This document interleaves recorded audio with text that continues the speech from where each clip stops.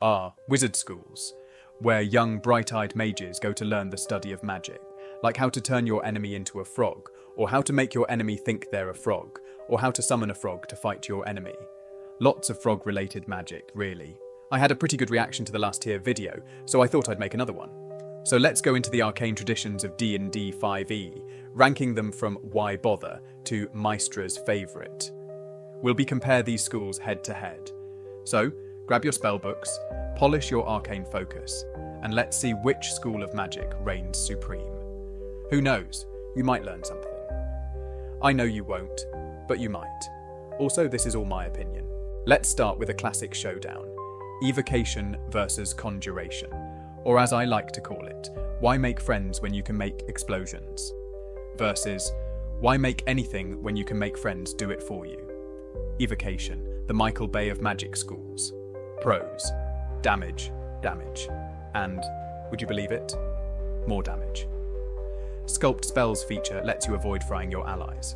Usually, you'll never need a lighter again. Cons: subtle as a bagpipe in a library. Your solution to every problem is make it explode. Fire resistance suddenly becomes very, very annoying. Now, Conjuration, the school of I'm too lazy to walk there myself. Pros: versatility, need an object, conjure it, need a friend, conjure it, need a life. Well, magic has its limits. Benign transposition lets you teleport. It's like a get out of melee free card.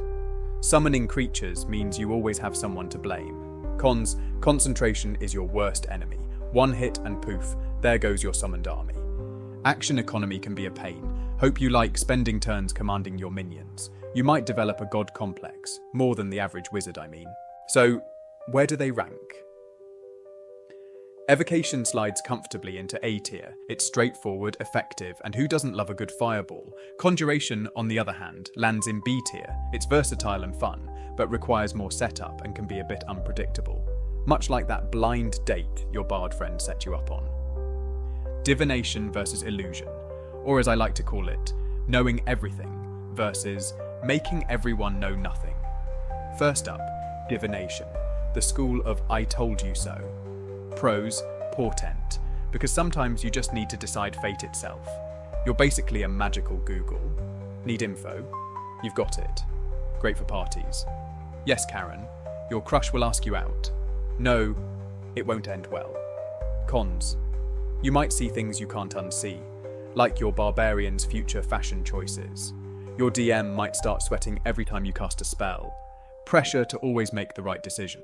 No pressure, right? Now for illusion, the art of making people see what isn't there, like your bard's moral compass. Pros: versatility. The limit is your imagination and local law enforcement. Illusory reality, because sometimes you need that imaginary bridge to be real. You're basically a one-person special effects team. Cons: intelligence checks are your nemesis. Smart enemies will ruin your day. You might start to question reality. Is anything real? Are we in a simulation? Your party might get tired of you turning every tavern into a palace. Or maybe that's just my party. So, where do they rank? Divination goes into S tier. It's powerful, versatile, and lets you smugly say, I knew that would happen, at least once per session. Illusion, meanwhile, lands in A tier. It's incredibly fun and useful, but can be situational. Plus, it requires a bit more creativity than just saying, I cast Fireball for the 50th time.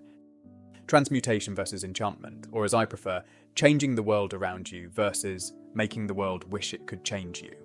Let's start with Transmutation, the school of I reject your reality and substitute my own.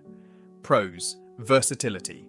Turn lead into gold, swords into plowshares, your annoying party member into a potted plant, minor alchemy.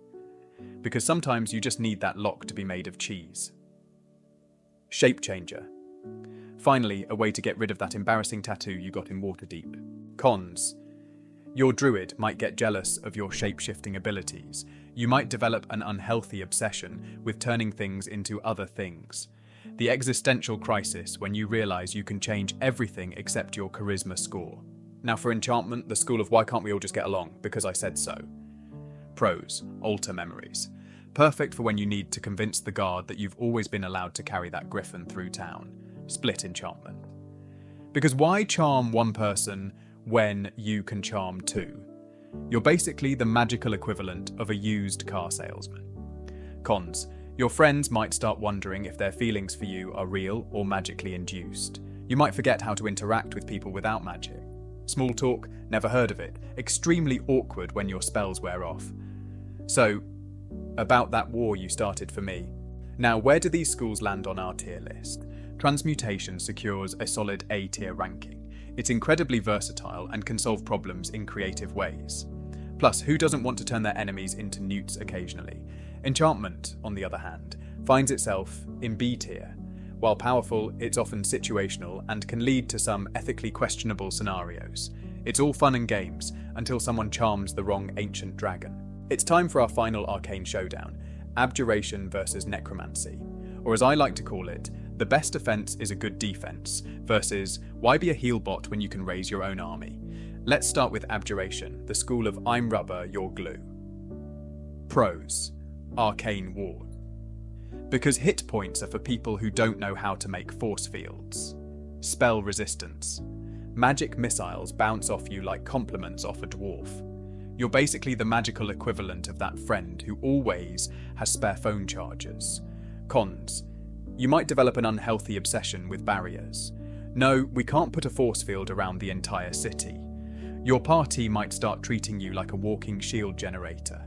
Constant disappointment that counterspell doesn't work on bad puns. Now for Necromancy, the school of I see dead people and I make them do my bidding. Pros: grim harvest. Because why heal normally when you can leech life like a magical mosquito? Inured to undeath. Zombies now see you as that cool uncle they don't want to eat. You always have someone to talk to, even if the conversation is a bit one-sided. Cons: serious image problem. Not every necromancer is evil, but try explaining that to the mob with pitchforks. Your idea of bringing a few friends to the party might be misinterpreted. Constant smell of embalming fluid. Hope you like odor formaldehyde. So where do these schools rank? Abjuration claims a spot in S tier. It's incredibly powerful, versatile, and let's face it, everyone loves a wizard who can actually survive a stiff breeze. Necromancy, meanwhile, lands in A tier. It's potent and flavorful, but comes with some serious PR issues. Plus, it's all fun and games until your zombie horde unionizes. I didn't realize that I ranked these all so high. But magic is really powerful.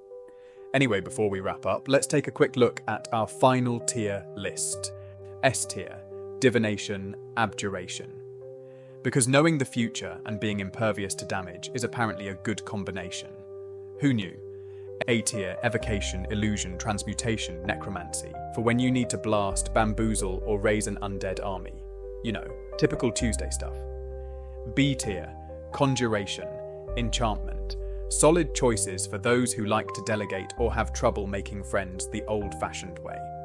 Now, before you rush to the comments to tell me why I'm wrong and how your transmutation wizard single-handedly defeated Tiamat using nothing but a rubber band and a transmuted spoon, remember this. The best school of magic is the one that fits your playstyle and brings you the most joy. Unless that's enchantment, in which case, I'm a little concerned about you. In all seriousness, every school has its strengths, and a clever wizard can make any of them shine. It's not about the school you choose, but how you use it. That said, if you're not picking Divination, you're objectively wrong and I will die on this hill.